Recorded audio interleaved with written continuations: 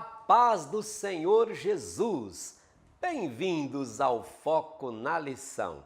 Este vídeo é sobre a lição 5 da revista Betel Dominical do terceiro trimestre de 2018. Páscoa, a libertação de um povo. E quem fará a exposição desta aula será o comentarista da revista, Pastor César Rosa Melo, que mais uma vez volta aos estúdios do Foco na Lição para nos presentear com mais esta aula.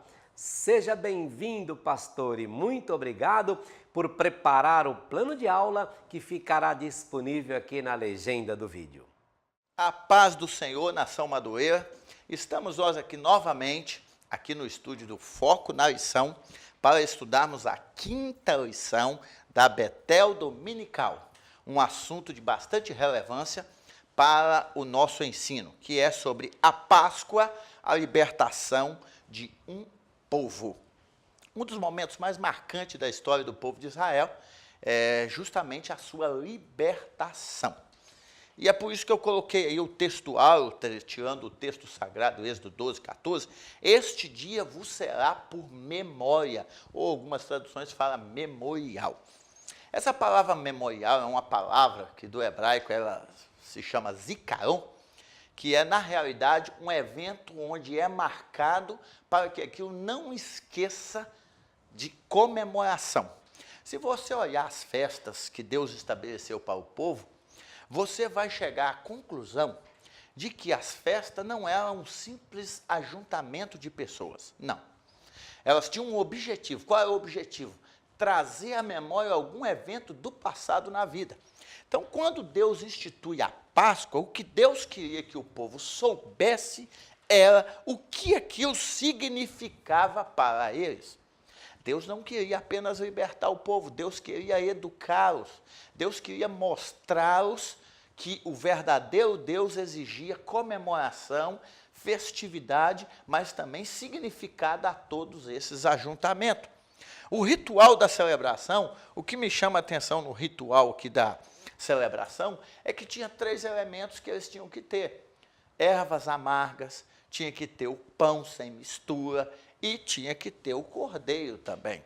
Agora vejam bem, ervas amargas para quê? Para o povo nunca esquecer do período que eles passaram sofrendo naquela nação.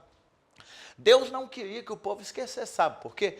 Quando nós esquecemos do nosso sofrimento, quando nós esquecemos da história que tivemos, nós não valorizamos o presente, nós passamos a esquecer e aí a gratidão vai embora das nossas vidas. É por isso que quando nós esquecemos de onde Deus nos tirou através de Cristo Jesus, nós começamos a ser ingratos. É por isso que hoje nós vemos uma série de crentes que acham que Deus é obrigado a fazer as coisas, que Deus é obrigado a ouvir as suas orações, e aí forma-se essa famigerada teologia, que é a teologia da prosperidade, é a teologia do determinismo, onde você determina e Deus faz. Não, nós precisamos assumir a postura de servo. Deus não quer que nós esqueçamos de onde Ele nos tirou. Outra questão aqui é o pão sem mistura. Deus não queria que entre o povo houvesse mistura. Não queria que fosse profanado aquele evento. Nós precisamos entender os ditames de Deus para a nossa vida. Infelizmente, o mundo hoje tem os seus ditames, tem a sua maneira de viver, tem as suas misturas. Mas quando Deus nos chama com um propósito. Qual é o propósito? De ser uma nação exclusiva dele. Eu gosto muito dessa palavra exclusiva, porque exclusividade se fala de você pertencer a alguém. Você só pode ser exclusivo de alguém. E quando Deus chama a nação de Israel, Deus está dizendo para ela, olha, eu sou o teu Deus e vocês serão meu povo. Este relacionamento, você acha, calcule comigo, você acha que Deus manda 10 pragas no Egito simplesmente por mandar? Você acha que Deus mostra o seu poder apenas por exibicionismo? Ora, O meu Deus não é Deus de se exibir. O meu Deus não é um Deus que faz coisas sem propósitos. Mas quando ele faz com propósito. Ele queria que a nação de Israel entendesse que além dele não existia outro Deus. E é por isso que nós precisamos entender isso também. Quando nós fazemos a alusão da Páscoa com a Santa Ceia, nós precisamos ter essa dimensão. Não é simplesmente um pedaço de pão. Não é simplesmente um cálice de suco da vide, não. Aquilo ali é algo que tem um simbolismo muito grande para nós. Eu não sei se você consegue trazer à memória, e quando Paulo recebe esse ensinamento em 11:23, Paulo vai dizer o seguinte: eu recebi do Senhor o que também vos ensinei.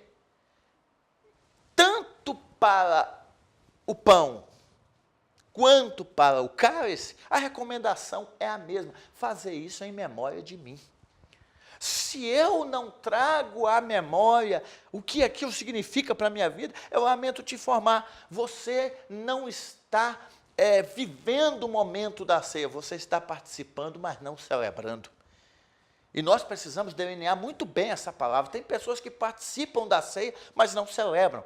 Porque o que Deus quer é a celebração desse ato. E a celebração só existe quando eu trago à memória aquilo que representa na minha vida.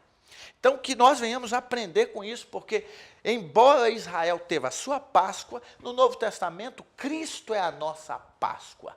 Cristo é o nosso divisor de águas. Cristo é quem nos traz uma nova aliança. Cristo é que nos faz nova criatura. E o que Cristo representa para as nossas vidas? É uma pergunta fundamental na nossa vida. Sabe por quê? Me chama muita atenção quando Jesus anda com seus discípulos, e segundo alguns estudiosos, faltando 6 meses para a crucificação, depois dos discípulos verem milagres, depois de ver coxo levantando, ver mortos ressuscitando, Jesus faz uma pergunta para eles que é assim: o que vocês pensam a respeito do Cristo?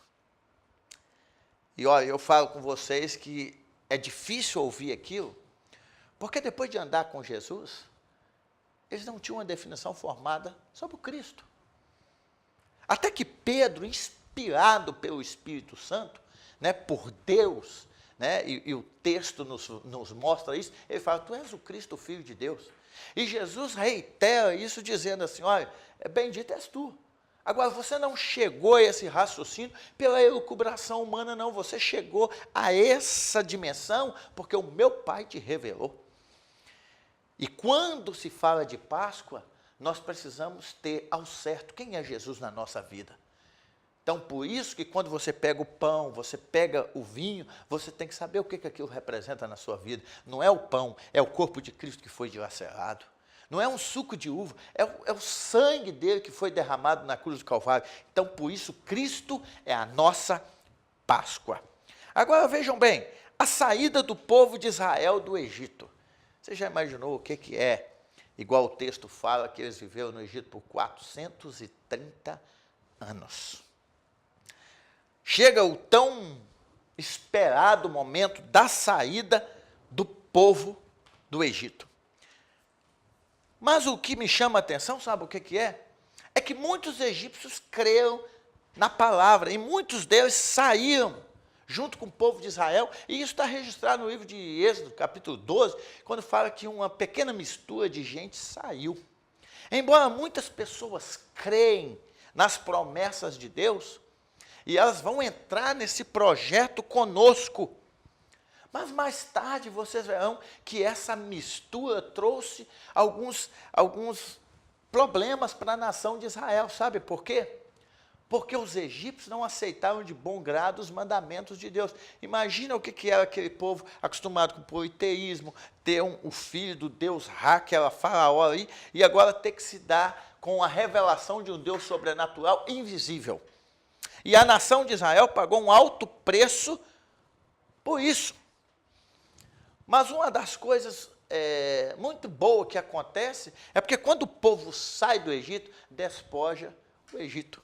Muitos deles saem de lá com tantas coisas quase que era o pagamento por tantos anos de serviço que não foram valorizados, e agora eles saem do Egito com ouro, com prata, com isso, e eles vão em busca daquilo que Deus tinha na vida deles.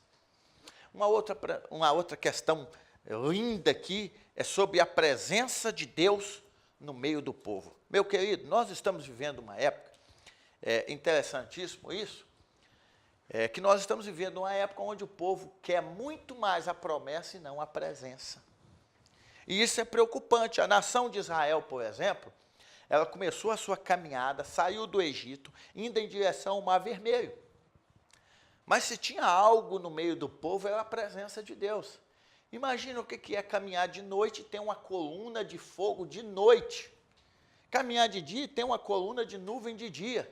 E não é simplesmente uma evidência do poder de Deus ou da presença de Deus no meio do povo. Imagina o que era 600.000 homens, fora mulheres e crianças, caminhando no deserto, onde as temperaturas durante o dia se elevam de maneira assustadora, tudo fica quente, abafado, em pleno deserto, mas a coluna de nuvem de dia servia não somente para guiar o povo, mas também para proteger do calor do sol, fazendo sombra para toda aquela população. À noite não é diferente também. As altas temperaturas, à noite, elas se tornam baixas. Aquele frio no deserto, fora isso, os animais peçonhentos. Mas a coluna de fogo à noite, além de espantar os animais peçonhentos, guiava o povo e protegia o povo. Então pense nessa questão do povo sendo guiado por Deus. Se tem algo na nossa vida que nós precisamos entender, queridos, é que nós temos um Deus. E esse Deus não somente nos guia, mas nos protege de todo o mal. Sabe por quê? Porque Ele quer nos levar a um porto seguro. Agora, quando nós olhamos o texto, nós vemos que Deus resolve levar o povo pelo caminho do Mar Vermelho. E o que eu aprendo nisso aqui? É que Deus queria mostrar para o povo o seu poder, um milagre que eles jamais viam, mas também Deus sabia que se levasse ele por outros caminhos, na primeira dificuldade, eles iriam voltar. E o texto sagrado fala muito bem, porque Deus, sabendo que eles poderiam voltar, Deus os leva pelo caminho do Mar Vermelho. Algumas esferas da nossa vida, meu querido, nós temos que dinamitar as pontes que passamos. Tem muita gente que toma decisão na vida, mas não destrói as pontes.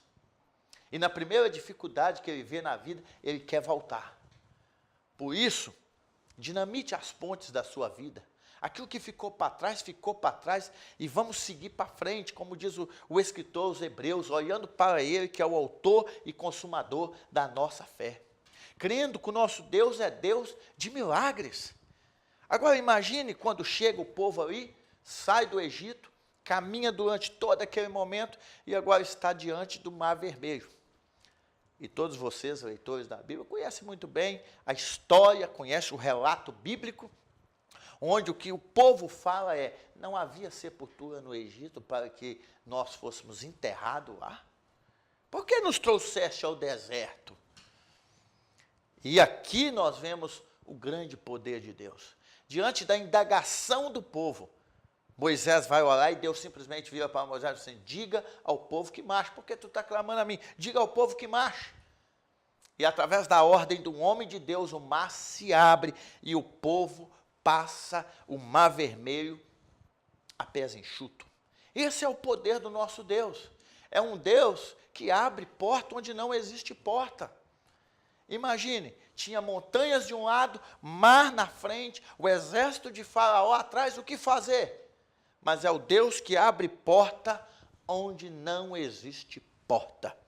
Talvez você esteja passando um momento também na sua vida em que você não esteja vendo saída para os problemas que você está enfrentando. Creia que Deus é um Deus que abre porta onde não existe porta. E o que eu acho interessante é que muitas pessoas falam por aí que, na realidade, o lugar onde o povo de Israel passou foi um lugar muito raso, e eles inventam muitas desculpas para isso, mas o que fica evidente é que como é que um exército inteiro se afoga no Mar Vermelho se ele era tão raso? E Deus aqui coloca um fim na história daquele faraó. Deus coloca um fim naquela história, porque Deus mostra que ele era fiel à promessa que havia feito para Abraão, para Isaac e para Jacó. Quando o povo atravessa o Mar Vermelho e o exército de Faraó está lá, eles começam a andar dificultosamente e o Mar Vermelho fecha e todo aquele exército é sucumbido naquele mar. E chega do outro lado, o povo de Israel começa a cantar o canto da vitória. Meu amado, isso aqui é muito lindo para as nossas vidas. Nós precisamos extrair cânticos dos momentos agonizantes da nossa vida. Que nós venhamos a aprender a exaltar a Deus diante daquilo que Ele faz. E Deus estava tão interessado que as nações passadas soubessem disso, é que Deus manda estabelecer um memorial. Quando os vossos filhos perguntarem que pedras são essas, vocês dirão, esse é o dia em que Deus salvou o povo de Israel do Egito. Que nós venhamos a entender isto, que Deus, Ele sempre tem princípios. Deus sempre tem um objetivo quando manifesta o seu poder. Ele é fiel em cada palavra. Então eu quero deixar aqui para você, nessa lição de número 5 do terceiro trimestre, que você venha entender o Deus que é a nossa Páscoa, o Deus que traz libertação, o Deus que, se possível for, Ele abre céu e terra para te abençoar, porque Ele é fiel ao pacto que te fez. Que Deus abençoe, fique na paz do nosso Senhor e Salvador Jesus Cristo. Muito obrigado, pastor César Rosa, por mais esta brilhante aula. Cada vez mais o crescimento e o fortalecimento da nossa EBD é notado em toda a nação madureira. Na próxima semana, estudaremos a lição 6, O Deserto, uma escola divina. Deus te abençoe, boa aula e até o próximo Foco na Lição.